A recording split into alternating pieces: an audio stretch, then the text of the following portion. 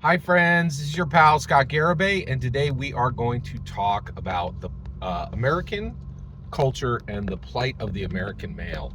So I recently found a great video that I'm enjoying, and I'm actually talking about it as I'm watching it because I didn't even get 10 minutes in and I had like 3 video ideas, or 3 things I wanted to discuss within a video. And it's Richard Reeves talking about the plight of the American male.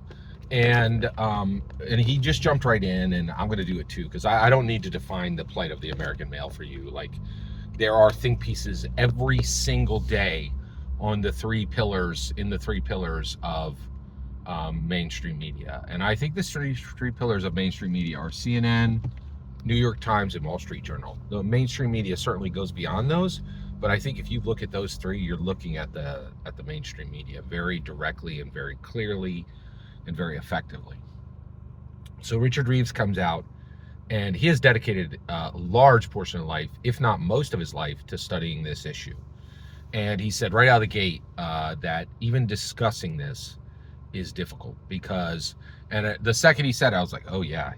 Every time I talk about this topic, I feel tempted to say I'm not a men's rights activist, right? Because those people are considered the worst of the worst, right? They're like, oh, what do you mean you want rights for men? Don't men own everything? And like, and then immediately the conversation just goes, oh, you're one of those people. And you get written off like a flat earther, right? And yeah, and it's kind of weird. Yeah, I'm not a flat earther, but I certainly have sympathy for people who have ideas that are not part of groupthink, right? It's very hard to believe something that others don't believe. There's an incredible price to pay for it, right? But I truly also, but one of the reasons why I'm in that, why I do that is, I don't believe we advance as a species. I don't believe the human species advances if we don't have people who are willing to abandon groupthink and hold an opinion when no one else does. I actually think it's one of the most valuable things you can do as a human being, but I don't pretend for a moment. It is brutally difficult, and it is savagely punished by society, right? And I've seen that. I've definitely seen that. I've said, hey, this is my thought. No one else agrees with this, and I've paid the price, and it's much higher than you would expect, right? And so it's tough. So let's keep moving. All right. So he said then, so I think he's 100% right. Like, it is risky to even discuss today that men need help.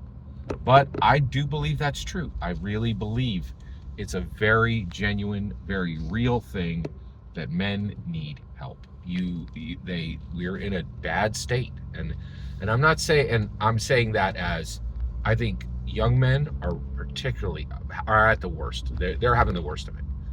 Older men like myself, I think we're struggling, and I'm struggling. I am struggling as a male to male, right? To human being, to do, things, to put one step in front of the other. There are days where it's extremely difficult, right? And I do think Matt Reeves, not Matt Reeves, Richard Reeves is correct that this is difficult to even start the conversation on. But I do believe it's worth starting the conversation on.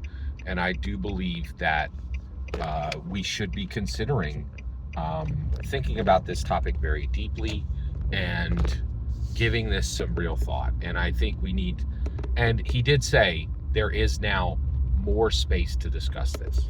And so I think less and less, everybody who brings up this topic is not being immediately labeled a men's rights activist, right? And they're saying, okay, deaths of despair is a real thing, right? Like, there should be some allowance to actually discuss this.